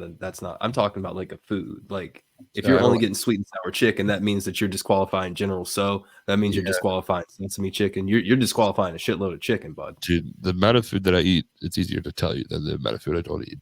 I have ADHD, and with ADHD, there's a texture problem, like with some people that have it. So it's more of a texture thing. Christian, do you share this ailment? No. Texture with certain foods, like. But it's not like fast food or anything. It's like raw carrots, celery. Like I forget about that stuff, but typically not as bad as Daniel. Okay. This is how I want everybody to ask you their questions. I want to wrap with this. Okay. I've been going back to school, and one of my classes. Thank you. It was me. Thank you. I don't know if it's weird. It's like, you read a book? Congratulations. But what? So there are 10 questions that are typically asked. It's a class for civic activism and democracy. I'm curious, based upon all of the answers that you've given for what you hope this platform to be, which is a platform for others. Yeah.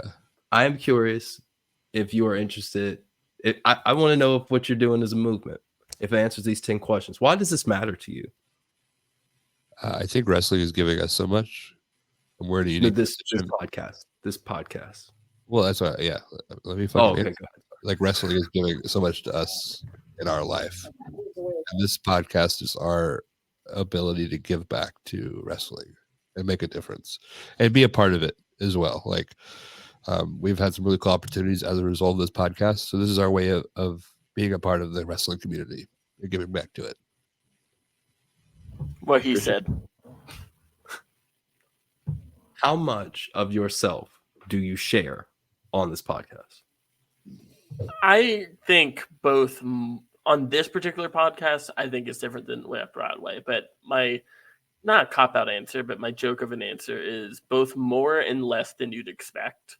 Yeah. Because I feel like there's windows of like a very like this is who authentic, like being very authentic. There's also moments where it's like we're doing an interview. It's not about us. Yeah, I do feel like when the opportunity presents itself, we're very open. But the opposite, like the podcast as it is, you're not always going to have that opportunity to talk about yourself. See, and now some of these we're going to rush through because you've already answered them. How do you make this about more than yourself? Christian literally just answered that. Where do you start? We talked about that earlier. We started with destroying pizza shops. Yeah. How can we make it easy and engaging for others to join in? How do you guys do that around here? Well, content, right? Yeah, like you don't have to listen to our podcast to understand or like to follow it. I would say we do a pretty good job of. What wisdom do you gain from like positive crowds, good crowds, non-hostile crowds, the fans of yours? What wisdom are you gaining from them? They're not super vocal, but I think just the like knowing that they're there and that they're listening and that they're enjoying it is just like the way to like continue, and that we're doing something worthwhile. I always did a purpose. Like I said it earlier, but it very much is a worker podcast, and I feel like a lot of more so wrestlers listen to the product than like casual wrestling fans. It like is almost for this. You're either in the business or business adjacent. I wouldn't say that totally. I would say it's a good mix, but I would feel like because I don't want to discredit the people that do, because we do have a fair amount of people that do. I think it's just easier to get it's easier to understand what the workers get from it because we're talking to them, or we're not having that same dialogue with the fans. That's a good point. That's a good point. And this how do you deal, just in general, it's probably a great question. Probably should have asked this a long time ago. How do you deal with negative that comes from this podcast? Like, has there been negative that came from this? Yeah. We have some like people that talk shit, or like it fuels fan us. that had something to say that like you said this one thing and you shouldn't have said that. Or we haven't had a lot of that, thankfully. We have had some people within the wrestling community. And for me, it kind of fuels me. I do have a problem with being a little bit of a petty little bitch. So like I kind of take it. I do not cool that flame at all. If you like fuck around and find out, like I think my phrase is fuck them. I'm gonna do this in spite of them, and I'm gonna show them why they're wrong. I use it as fuel. And if anything, the fact that those things are happening, I think, is a testament that we are on the right. If people are saying anything about you, you're probably on the right track. Yeah, good, bad, and different. I think we're on the right track. Yeah. Though it is annoying. I don't love it, but I'm more so like I just want everyone to be successful all the time and everyone to be growing. And the idea of pulling anyone down is just not my jam. Yeah, but I do. I will say this, though I agree and have always tend to agree with that sentiment, Christian. There are things of late that make me curious about if that's still true or not. Because there's some times where I'm like, yeah, that he has haters and I think he should. Oh, There's talking some to other people that are, people. there are Yeah, some people on television currently that have some haters. It's like, yeah, that's well deserved. Okay. Oh yeah, Um, yeah, yeah. Like when it's a very valid, like Yeah. okay. yeah, like not always is that a Yeah, not every yeah. In Wrestling our little circle, that's very much how I feel. But wrestling is for Great. everyone in the sense that everyone should be allowed to enjoy wrestling. No one should feel alienated by wrestling. Wrestling should be an open and inclusive place for all of it. Wrestling is not for everybody in the sense where like not everybody could be a wrestler. There's stuff for everybody to do in wrestling, but as a result, in a world where wrestling is more accessible, you do have situations where people may not be as qualified for the job that they're trying to do as you would hope. And I'll leave it at that. and it's kind of that thing. I'll make it brief, but it's that idea. If you're unhappy with your spot in whatever you're doing in anything in life, make a change to get wherever you want to get. Like figure out how to get there, rather than being mad that someone else is doing what you think you should be doing.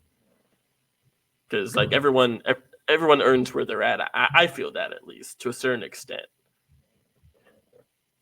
And how do you get from voice to change as a podcast? How can you take the platform from what you want it to be and change it into what you need it to be? Fucking hard work, dude. Get those reps. Yeah. I mean, we can only control our effort. And I feel I like, believe. yeah. I've sent one question, which is how can you find allies, which I believe you already have. I think you may have a movement on your hands here, fellas. Ooh, love it. I think we've got I don't know if it'd be a movement. I do know that we have stamina, though, and that's the most important part. I mean, it's important to have stamina. That is absolutely what being a petty little bitch. I'm just going to say that right now. I was me being a petty little bitch. But speaking of petty, do you have anything else for us before we kind of dive into some of these questions? And you can answer some of them too if you'd like. Let's see. Questions that I would have. I tell you what, you play the questions. I'll think of a question, and I got you guys at the end. Okay. We're going to start off with episode 6 and episode 73. Guest Stephen Meeks. Howdy, y'all. It's your buddy Stephen Meeks interrupting his episode of That 70s Show to ask y'all a question. The great fellers with their bad britches that you are, y'all have been keep doing the drives, keeping the roads hot, if you will. And I want to know, do y'all have a loving people through wrestling story? A story that gives y'all the feel-good feelings in your heart, a story that kind of feels like a warm hug from Stephen Meeks. Congrats on 69 episodes, and thanks for loving people through wrestling with me. Love you so big. A little weird. I love that guy. Yeah, that laugh at the end kind of weirded me out. I have an answer for this.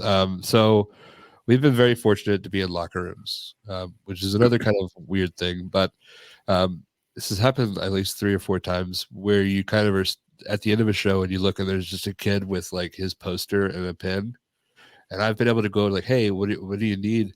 He's like, oh, I'm waiting for this. So like I've been able to take that poster, go back to the locker room, get it signed for the kid and bring it back. And like stuff like that. Like that's been really cool for me. Like, yeah. For me, it's this last UPW show. I was able to get tickets for my buddy Cole and his dad, and I've known Cole for probably like 6 years. He was one of those like internet friends turned real friends once you live close enough to each other. And him and his dad, I won't give particulars, but kind of fell on hard times the last 3 years. But both their favorite things is wrestling, and to be able to like have them come to that last show and just they had the best time. And like he texted me after being like, thank you so much for this. Jackson Drake is really fucking good, and I really like that Stephen Meeks guy. Yeah. So to me, it was just like, yes, cool, yes, awesome. And it was like a week and a half before Christmas, and it was just like just felt like a very special show. So it was cool. Like that is my answer. Yeah, that's how we love people through wrestling. Do you have any up there? We want to go to the next one. What's the weirdest thing that either one of you have ever Googled in a panic? Oh, I don't know. I don't. You can go to the next I question. plead as the you wait fifth, for that. fifth as the answer may incriminate me. I've googled some dumb shit before. Like, there's always like the second guess. Like, it's always good to know for sure. But there's some stuff I googled that if you saw that I googled it, you'd be like, "Are you fucking stupid?" Yeah, that's I will to the same Yeah, as and me because sometimes my brain goes crazy and I just need Just someone like- to tell me I'm not being just- crazy. But Google normally tells me I'm Yeah. crazy. So. Yeah, Homeland Security has been around through every phase change with me for sure. yeah. Every single All right. one. Next question. Are we ready for it, fellas? Or Yeah. do you have? Yeah, this is from Eric No, Academia. we'll just do this. Question them. Come back. I'll give you a question. Okay, fine. Hello, Christian and Daniel! Your Hero Academia here. What's up? I see you are on the 69th episode. Nice. Good for y'all. I have a question for both of you. Do either of you have a squishable face? I need proof. That's all I need. I don't. I think I can answer that. Please be Daniel 130,000% has a squishable face. This is a fact. Thank you. Christian has a pinchable face, Legible. Oh, but it is not squishable. Okay. But it is Thank you. pinchable. Thank you Extremely for your pinchable. kindness. But not squishy. Awesome. If your couch could talk, what would it say about you? Oh, I've got a story to tell you off here.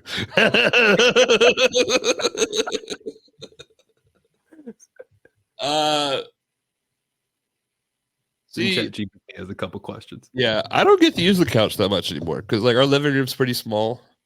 So like, I'm a dude. I'm 6'2". I'm not the tallest. I'm 6'2.5". But like, I like to be able to lay down, and our couch just isn't very lay downable. So my couch would probably say, "Why don't you love me anymore?" Because oftentimes I'll just lay on the floor because I like to be able to stretch out. I'm a floor layer. We've talked about this on both podcasts. It happens on the podcast. It Yeah. probably once every 2 or 3 months. Yeah, I just like to lay on the floor. For I don't know me, if it's a depression thing or what. I think it might be just a back thing. Like your back probably hurts, and nothing feels better than laying on the floor if your back hurts. What about your couch? Though? But my couch would say, Stop screaming. just bite the bullet and buy a bigger version of me instead of wasting your money on Chinese food. It's not a big couch, and it would advocate for its eradication. Yes, it would. It's like stop pushing your luck. Take me to the dump. The story's Kill over. me. Kill me. Light me on fire. Put me on a raft. Light me on fire and send me down the river. Mikey funeral, please. Oh, all right. Had a good run, please. Yeah. So we'll go to our main man next, Mr. Mark James, for this next one. Okay, guys, the Brute Mark James is here asking a question to Daniel and Christian, my good friends throughout the year. And I want to know, what is the most outlandish story that you've gotten since you started this podcast? And it has to be one that would never, ever have happened if not for it being in the wrestling business. So, what's your most crazy wrestling related story that you've heard throughout this entire podcast year? So, thanks guys. Love y'all, man. Appreciate everything you do for us. And I wish you guys nothing but the best this year. Looking forward to listening to all your insane episodes. But yeah, let me know what you have.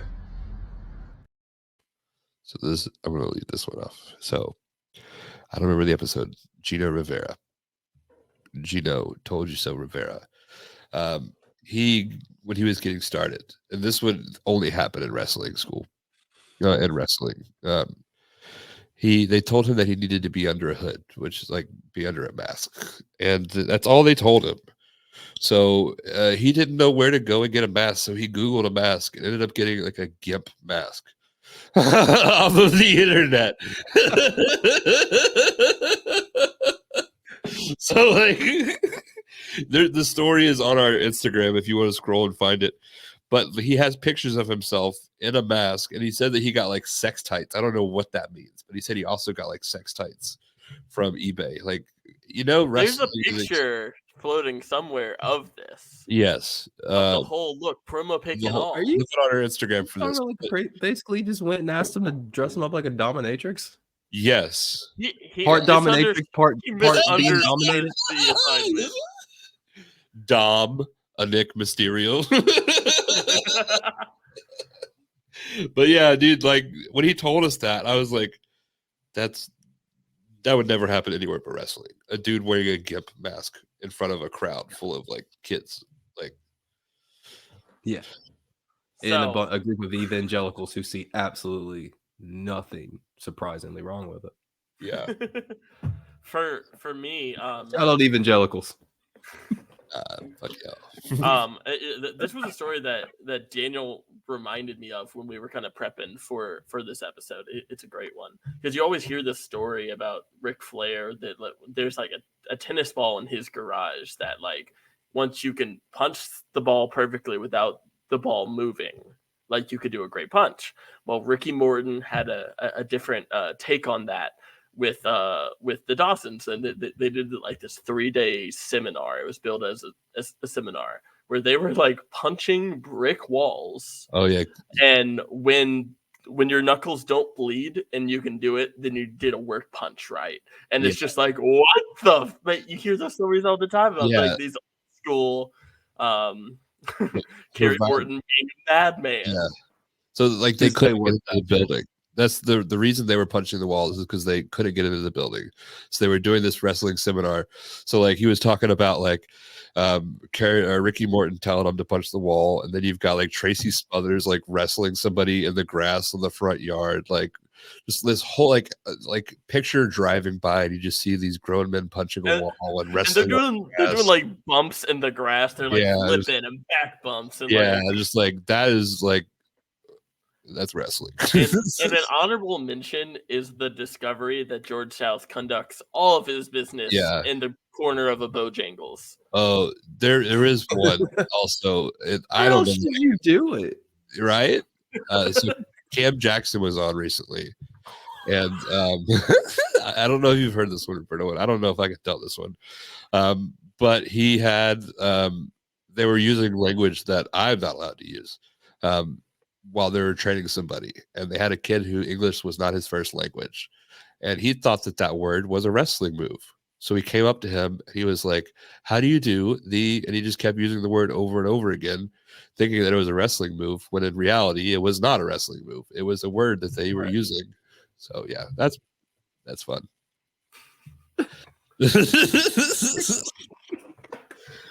By the way, the brick wall will work faster than the tennis ball because there is way more incentive. Yeah.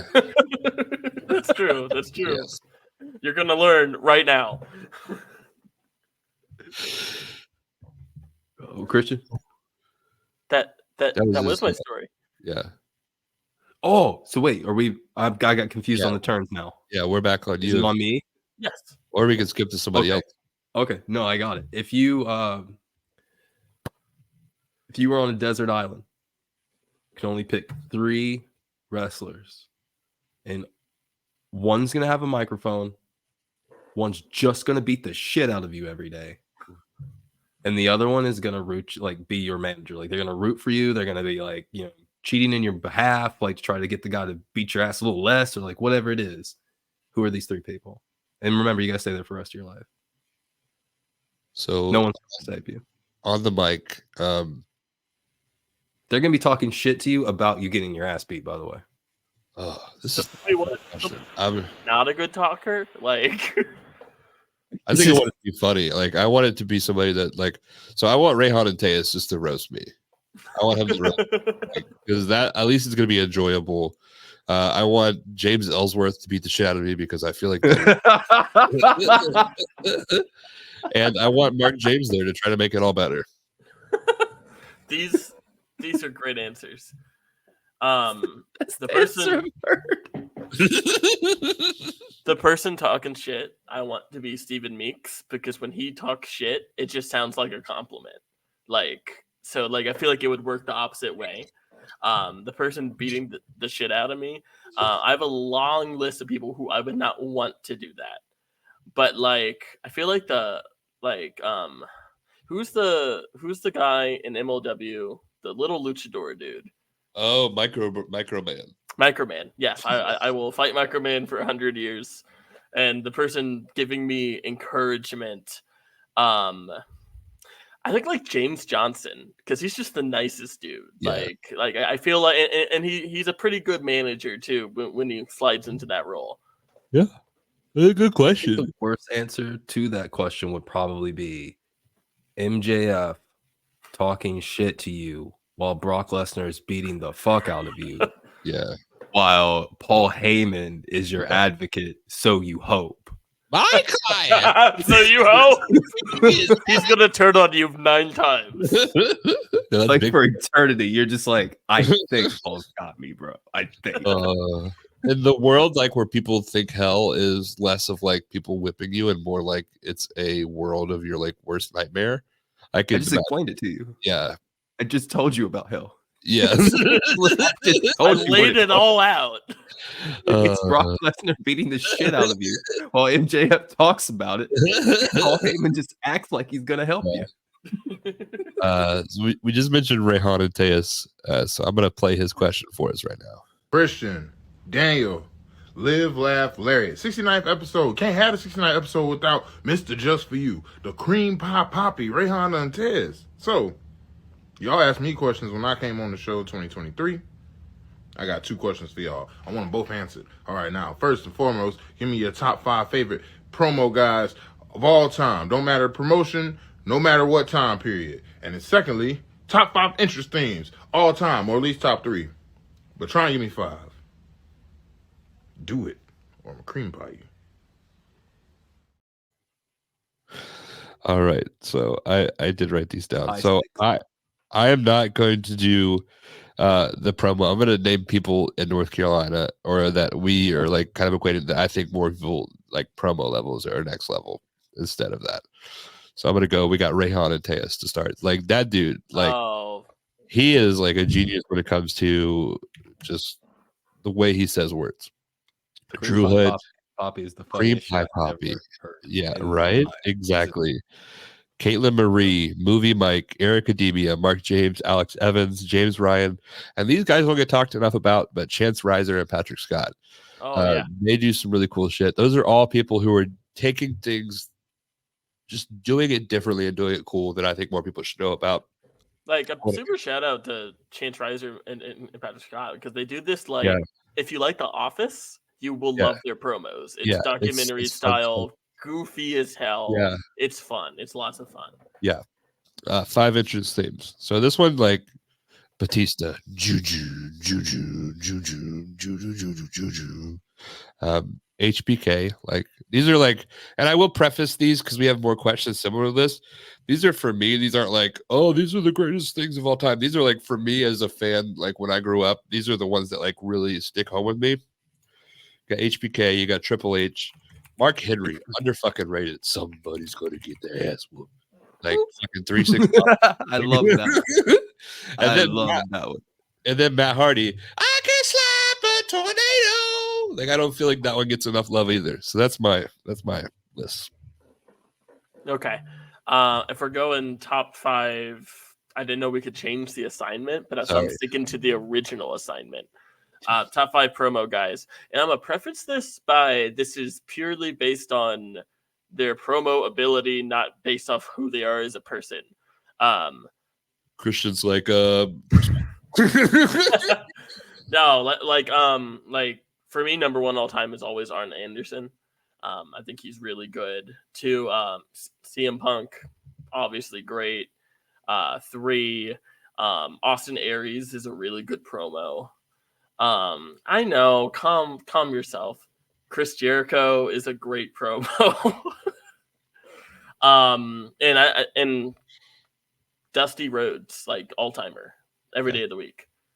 Theme song wise, two of them are Bobby Roode themes. The Glorious theme song I think is awesome. Yeah, that's good. But his Off the Chain Impact theme when he was on his Forever Reign was great. Alex Riley has a great theme. Two more. I think Kenny Omega's New Japan like Final Boss music is awesome. And I will always love Shawn Michaels as well. His theme song is just like so cute. Like it's just fun. Sexy. Shout out to Shane McMahon. Okay, so Three times is the shittiest position autocorrect has ever put you in? A what? What is the shittiest position that autocorrect has ever put you in? Yes. Okay. So, my phone fucking hates me because it corrects the word "good" to "hood" all the fucking time. Which is that because you talk about Drew Hood too much? No, I don't think so. But it puts me in some really sticky situations. One time I was tweeting, I was like, I was tweeting, and I tweet wild shit sometimes. So like, it maybe this looked normal to some people, and if you liked it, shame on you. But I was listening to like, I love it when like you're on hold and they got some funky good music. And instead it said, I love it when you're on hold and it's got some funky hood music, which is a completely different sentence. And I didn't double check it. I just sent that shit. So that has happened several times in all similar situations. Good to hood. That's it for me. Easiest question I've had all night. Canceled. Christian. Something I've learned because of how much we talk about wrestling in text that like at times it'll autocorrect to different wrestlers' names. Now the issue there is when like you're talking to a loved one perhaps and you call them by a different name because of autocorrect, and then they're like, "Which bitch were you texting?" And that's a problem. That's a problem for me. Heather is a jealous bitch. Got it. I'm just kidding.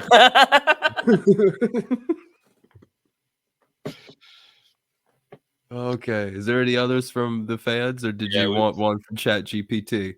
Let's do one from Alex Evans, and then we'll do one from ChatGPT. Okay. Christian, Daniel, your favorite guest, Alex Evans. Thank you all very much for what you guys did in 2023. It doesn't go unnoticed. Very much so appreciated. Congratulations on all the episodes. Now, my question to you guys is, we all know you guys are fans of the business and you've had friends and people you've always wanted to talk to on the podcast, and you have gone to shows, you've worked on shows, you've helped out. Give me a moment or two during any of those instances where you guys sat there and were like, I can't believe we're actually doing this right now. Whether it was a match, an interview, something you had seen a guest on the podcast do or accomplish, where you just had that feel-good moment where it just made you feel like a little kid and you said to yourself, we're living out the dream. I can't believe we're doing this. Thank you guys again for everything. Appreciate y'all. I think for me, a lot of it is just like being there and being able to do it. But like the first time we worked the show backstage, just being like, it was just like, this is really cool. Like when Sin Cara just walks up and like shakes your hand because you're just existing in the back. I think that's definitely there. I think Cruel attacking me was a moment for me. I was like, this is fucking wild. And then also like he mentioned like kind of a feel good moment, like for a guest. I would say like Jay Malachi, like getting signed. Like that's really fucking cool. Like to see him, and like we've kind of grown like somewhat like of a relationship with him, and like just to see where he's at now is really cool. For me, it's this kind of, and a lot comes with like position stuff in UPW. But the idea that Bobby Fish walked up to me, shook my hand, and was like, "So am I up tonight?" It's just like the child brain in me goes nuts because like teenage years of being such a big Ring of Honor fan, the idea that like Bobby Fish would ever talk to me and then ask me about something important to a show is just like baffling at times, of just stuff like that happening, of just like figuring out like backstage stuff, turning around and Robert Martyr is choking out Daniel. It's just My request. It's okay. Another thing cool is like LeBron Cozo telling us that he thinks that our vlog is funny. Oh Like, yeah, oh my god. Really cool moment, yeah. The whole Keith Rhino against Brutality Inc. being like a fever dream pitch of Daniels and then just happening. Yeah. Like I made the graphic as a joke because I was like, maybe if there's a graphic, we can implant this idea. And then within the week, it's now happening. It's like, that is so cool. Doesn't wear shirts. Ever. Rhino only wears jackets. Just say that. Rhino, Like no shirts, no just shirt underneath the jacket. Yeah. The jacket. And remember his day job of being like a politician and all, like no shirts ever. But yeah, I think that's a good one. What about ChatGPT? What do they have for us? What does it truly mean to be human in a world, or I'm sorry, I'm not sorry, in a world increasingly shaped by technology? This is tough, dude. We've been on here for like an hour and 46 minutes. Like, bro, I'm just saying, ChatGPT is not really trying. I don't think ChatGPT is paying attention to what we're doing, and it's they're not listening to the product, brother. They're really not. Like I keep going to him, right, and then he keeps giving that. I'm gonna He's co-host of the History of the Planet. And by the way, just so we're clear, this is not ChatGPT. I don't want to slander them. This is Bard. Okay. Fair. Bard. My answer is Let's answer that question. We're on strike. Fuck that question. I'm gonna ask ChatGPT. Hang on. Do you have a question for me? I'll play somebody else's question. Or are you have it pulled up for it? What is something you're passionate about or interested in learning more about? That's a wholesome question. Only ChatGPT can provide good shit like that. Fuck out of here, Bard. I've recently started playing Lego Star Wars, the Skywalker sagas, and like it is so much fun, dude. That's something I'm passionate about right now. If I could jump on that train, I've been playing Baldur's Gate 3, and I've never played like a D&D. I played a little bit of D&D, but like I've never played a game based on it, and it is wild. I don't understand the mechanics at all. It's a good time. If I could jump on that, I've been like fucking over here like playing this sim racing shit, bro. I've been like so hard, dog. Oh my god. I just watched Gran Turismo. Have you seen that movie? Is it good? Yeah, it's good. I've been playing this game, but I also play like this F1 game. The only game I refuse to play is NASCAR because like it's dude, I'm not making a left turn for 2 hours. Yeah. Not doing it. It's different. There's a game. It was called NASCAR Rumble, and it was like Mario Kart NASCAR. It was in arcades. Yeah. Oh, yeah. It's still in arcades. It's in Dave and Buster's, bro. Oh, we gotta go. We gotta go. Telling you, man. We went to New Hampshire. Me and my wife went to New Hampshire to see her perfect family, and I played NASCAR Rumble with her and destroyed her. I don't let my wife win shit. We earn our victories in this house. And on that note, we're going to go Everything is earned. We're going to go to Dave Dawson for another question. Actually, no, we're going to save that one for last. I guess we're going to go to the Legend of Solar. Solar. We learned that tonight. Yeah. I learned it. Hello there, Christian and Daniel. It is I, Solar. And I have 2 important questions for you both. Question number 1. What is your favorite anime? You have to give this an answer. And question number 2.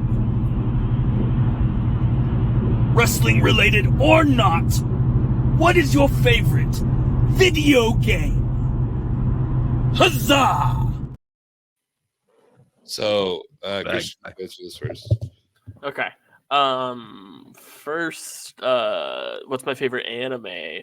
I don't watch anime a lot as an adult, but my all-timer is probably Death Note. It's really well written, really fun.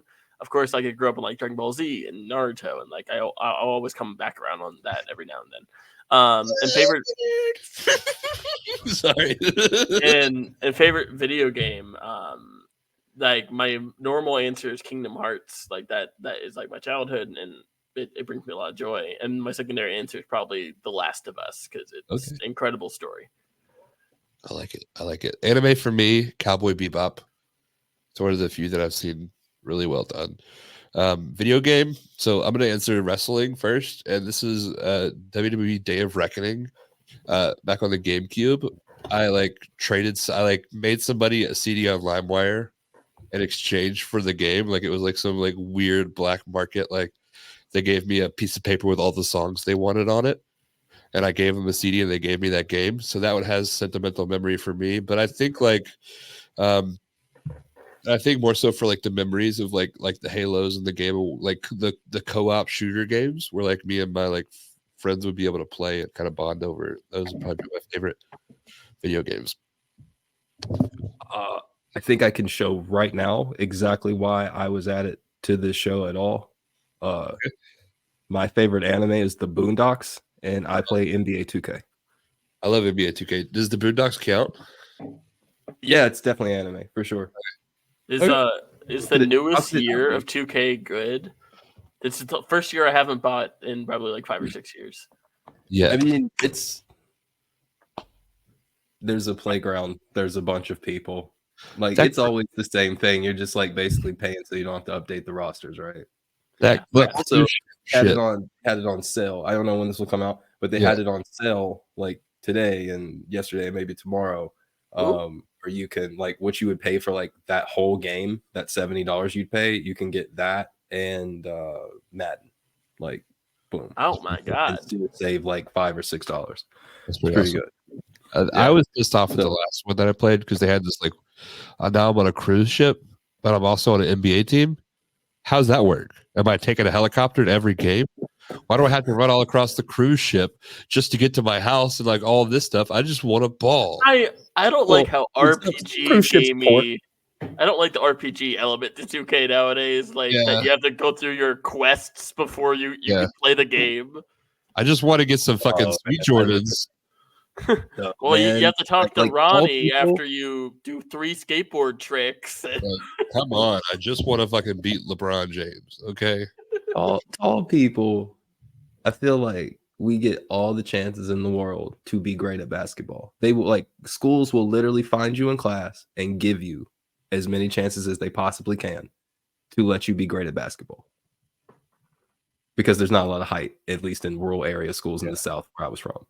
So the fact that I was so terrible at it, like I appreciate the hell out of those origin stories because that will never be my life. And it was never going to be. I feel that. I can shoot the hell out of the basketball, but the problem is you have to dribble it to get there. I just suck, dude. I just suck. Getting my like, what is it? You get your pocket pick. That's what it was. Yeah. But either way, no. But yeah. Let's see. Let's go back to Bard. Let's give him a chance to redeem himself. I don't like this, but okay. Oh my god. Bard. Give me a question to ask. I also really like hockey. Hockey's fun. Like it was a question you asked, what am I passionate about? I really love hockey.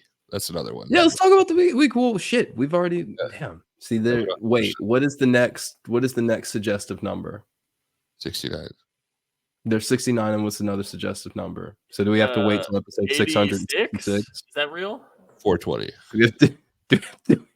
Yeah, okay, fair enough. That's way sooner.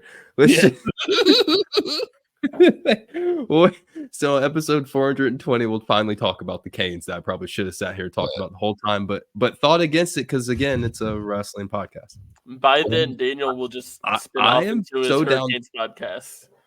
Bro, I am so down to sit here and talk about how we have a really great young goaltender named Coochie. Yoder. Yeah, Coochie. So happy. Like, have you been to a game His since? first name. Let it sit. Don't say his first name. Let it sit. His name is Coochie. That's his boy's name. We'll have you on playing favorites, and we'll talk about hockey. Oh man! All right. But You have a question? and this here has been amazing. You guys have other questions from people. We have one I more would question. say this has been an honor, though. Yeah, of course, man. This has been fun. We've got one more question. Do you have other questions before this one? And this last question isn't like, it's not world changing. It's just a yeah. quality question. Yeah. No, I have one more question at the very end, but Okay. it's at the very end. Yeah, let's play it then. Shout out to everybody who's made videos for us. Go back and check out their episodes. Super grateful for all of them.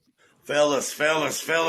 Hope you guys are enjoying your new year. I know I am because I damn just started, okay? 2024 is already out the door, if you know what I mean.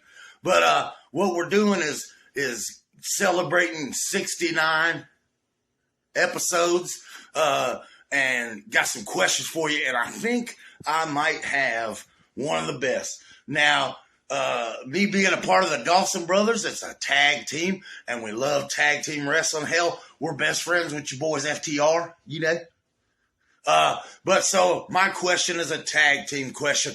Guys, give me and the world your Mount Rushmore of tag team pro wrestling. Guys, thanks for having the Dawson Brothers on your podcast.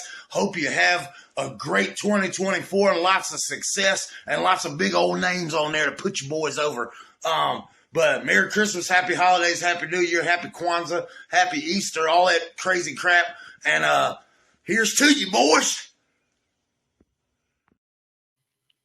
All right. Ended it with a bang. Shout out to the Dawson Brothers. They've been really cool to us. Christian, do you want to go first, or would you like me to go first? I'll go first, sure. Okay. This is tough, but I'm gonna go with my Mount Rushmore questions are always hard because it's like I know what the probably universally accepted answer is, but then I know what my answer is. And then you always forget how many presidents are actually on there, and you're like, yeah, it's a whole thing. It's 4, right? Yeah, it's 4. It's 4. Oh yes. So I would go the Briscoes, Jay and Mark Briscoe. Yeah. I'd go FTR. I would go the Brainbusters, Arn and Tully. And then Rock and Roll Express. Okay. So the way I approach this question is these are just from like my fan perspective. If I wasn't alive to watch them, I didn't pick them because I feel like that's tough. So I did FTR, I did the Briscoes, I did the Hardy Boys, and I did the Young Bucks. Those are pretty bland answers. Yeah. I would honorable mention for the Bucks for sure because it's weird that I didn't put them on my Mount Rushmore when they're my favorite tag team ever. So yeah. It's a weird thing. Yeah. But yeah, that's all of our listener questions. Let me just make sure. Yeah, that's all of them. So yeah. Well, boys, 69th episode. It's been awesome. I know that you guys have already put out more than 69, so I would say like here's to many more, but there like already are many more, many more. That's stamina, baby. That's fucking stamina. Legends. But I'm gonna end this with one question first. I appreciate you guys letting me do this episode. This was awesome, guy. I know you guys used to interview each other, but it's cool to have you guys on that side. I'm sure everybody enjoyed that. Yeah, longest episode, by the way. And I made sure of that. Christian, yes. What is your cheat meal? Wingstop. There's like a $15.99 for like 20 wings, and these fries, and like it's too much food, and I love it so much. Daniel, yes. What do you think about his cheat meal? First off, I'm kind of offended that you didn't ask me what my cheat meal was. It's coming. I just told you I'm not doing the same things as you guys. It's coming. Patient. Okay. I feel like I like. I'm gonna feed you, baby bird. I'm gonna feed you. I feel like wings are too much fucking work for too little food. So I mean, I get it, but I mean, I feel like if you're really cheating, you should make it easy on yourself. Daniel, what is your cheat day food? Every day is a cheat day for daddy. Nah, like, so a thing that we like would do early on in the podcast is either before or after an episode, we go to CC's Pizza. So I would say just like full belly, just watch that 70s show. I'm gonna go to CC's Pizza and I'm gonna make myself regret it. My dad used to want to own one of those franchises back in the 90s. Really? It is, yeah, honest to God. Like, we used to go eat there all the time. That's amazing. Smart man. Christian, yes. what do you think about Daniel's cheat days? I mean, weeks, months, years. Honestly, lives. It's after my own heart. Like I don't just respect it. I love it. I accept it. Well, folks, I hope that I have asked all of the hard-hitting questions. Yeah. I think at this point, there is really only one question left. Okay. And that is, can you dig it, suckers? Oh, yeah. Yes, sir. Please put his music in at the end and then wrap Hold it on. up. I'm not going to edit that in.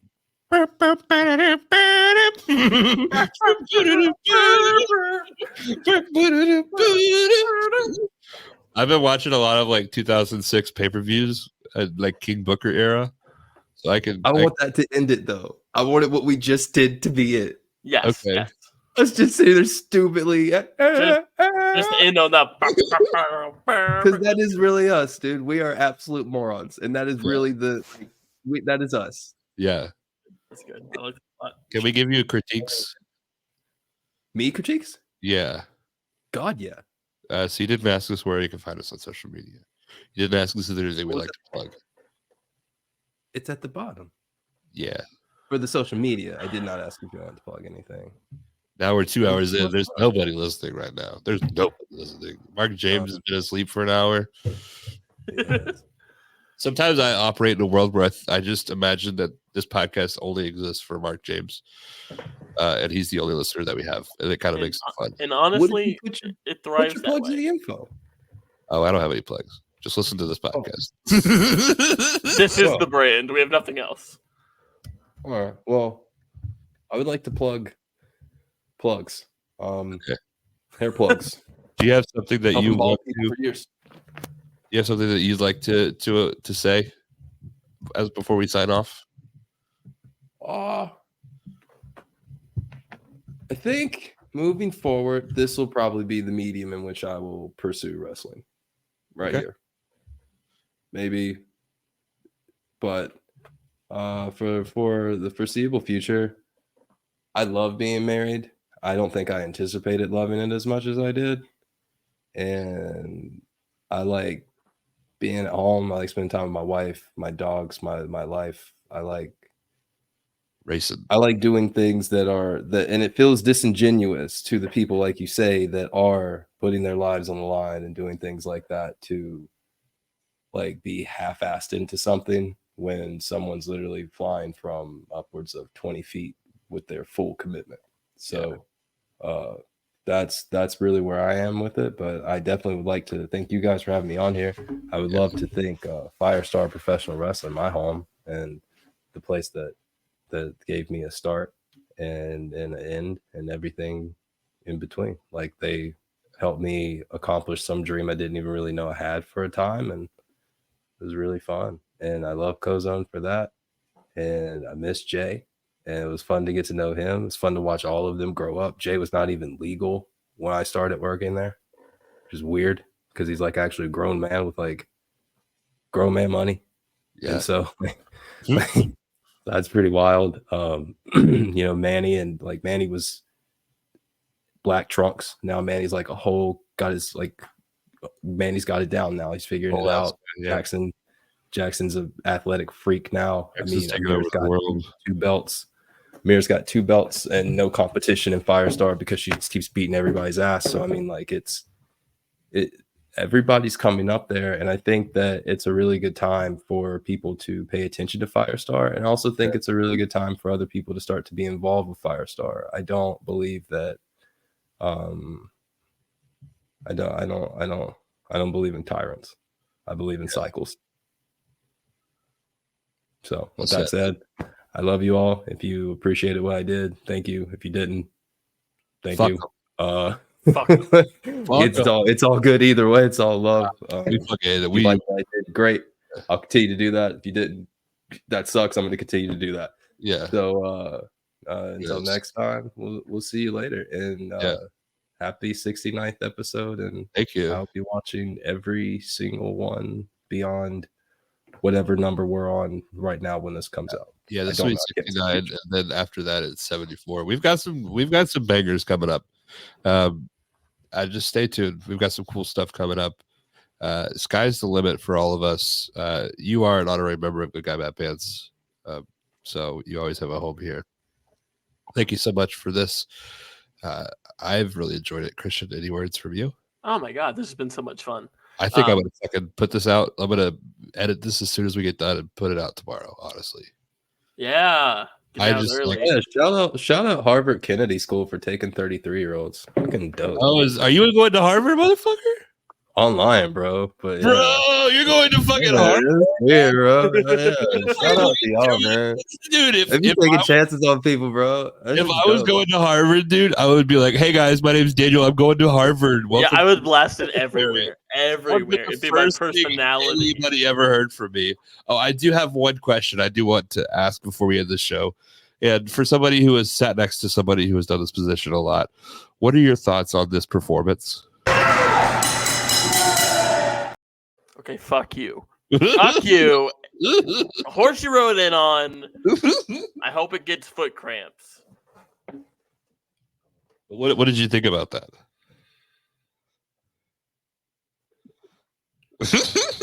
It is not a visual medium, but my thumb was so far down, I was hoping you could hear it. All right, that was the felt it. Episode. Yeah, can you dig it? Yeah, it's all real.